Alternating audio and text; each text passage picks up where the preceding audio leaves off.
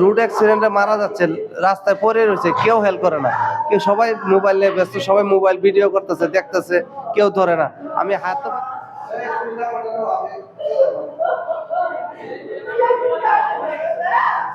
আমি হাত পায়ে ধরতেছি এই লোকটারে হেল্প করে মেডিকেলে নেন, কেউ নিল না।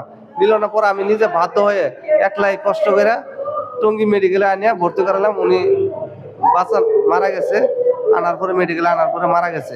অনেক চেষ্টা করছে আমি বাঁচানোর জন্য, আল্লাহ পাকে উনি নিয়ে গেছে। আর মানুষ যে কত নিষ্ঠুর, এটা পশুর চেয়েও খারাপ।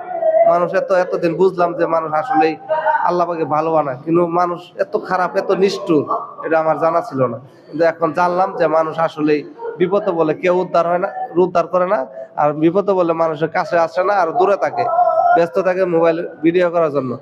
আর আমি একলাই কষ্ট করে আনলাম, আনার পরে ওনারে বাঁচাতে পারলাম না। অনেক চেষ্টা করছি। জি, আমার অনেক আক্ষেপ ছিল যে ওনারে বাঁচাতে পারলে আমি আমার জীবনটা সার্থক হবো, কিন্তু আমি বাঁচাতে পারলাম না। অনেক কষ্ট করছিলাম, কিন্তু আল্লাহ পাকে ওনারা নিয়ে গেল। অনেক চেষ্টা করছি।